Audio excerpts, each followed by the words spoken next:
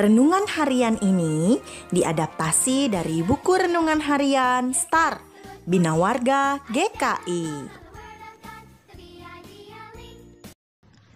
Selamat pagi adik-adik semuanya. Hari ini kita akan mendengarkan renungan dari Kisah Para Rasul 9 ayat 15. Tetapi firman Tuhan kepadanya, "Pergilah, sebab orang ini adalah alat pilihan bagiku kepada bangsa-bangsa lain serta raja-raja dan orang-orang Israel." Suatu hari ada seorang yang bernama Saulus. Saat itu hati Saulus berkobar-kobar untuk mengancam dan membunuh murid-murid Tuhan. Ia menghadap imam besar dan meminta surat kuasa daripadanya untuk dibawa kepada majelis-majelis Yahudi di Damsyik. Ia berencana untuk menemukan laki-laki dan perempuan yang mengikuti jalan Tuhan.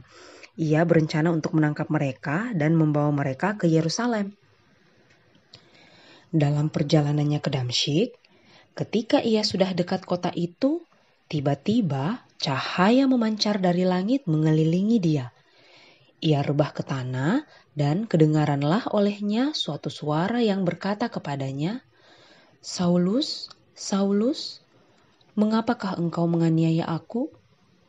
Jawab Saulus, "Siapakah engkau, Tuhan?" Katanya, "Akulah Yesus yang kau aniaya itu." Saulus bangun dan berdiri, lalu membuka matanya. Tetapi ia tidak dapat melihat lagi. Mereka harus menuntun dia masuk ke Damsyik. 3 hari lamanya ia tidak dapat melihat dan 3 hari lamanya ia tidak makan dan minum. Kemudian di Damsyik ada seorang murid Tuhan bernama Ananias. Firman Tuhan kepada Ananias muridnya dalam suatu penglihatan, "Ananias," jawabnya, "Ini aku Tuhan." Firman Tuhan, "Mari, pergilah ke jalan yang bernama Jalan Lurus, dan carilah di rumah Yudas seorang dari Tarsus yang bernama Saulus. Pergilah, sebab orang ini adalah alat pilihan bagiku untuk memberitakan namaku kepada bangsa-bangsa lain serta raja-raja dan orang-orang Israel. Aku sendiri yang akan menunjukkan kepadanya betapa banyak penderitaan yang harus ia tanggung oleh karena namaku."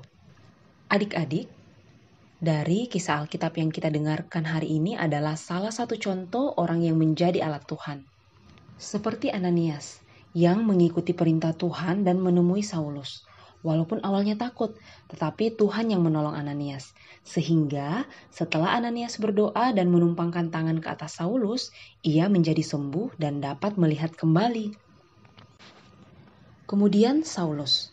Kalau adik-adik baca kisah selanjutnya dari Saulus ini, ia akan menjadi pengikut Tuhan yang sangat setia, bahkan rela menderita demi nama Tuhan Yesus.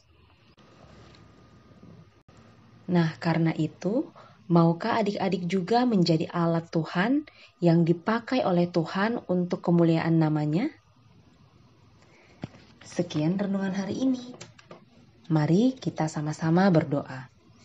Bapa di surga, mampukan kami untuk menjadi alat-Mu demi kemuliaan nama-Mu. Terima kasih ya Tuhan, dalam nama Tuhan Yesus, amin. Semangat untuk hari ini adik-adik, Tuhan Yesus memberkati.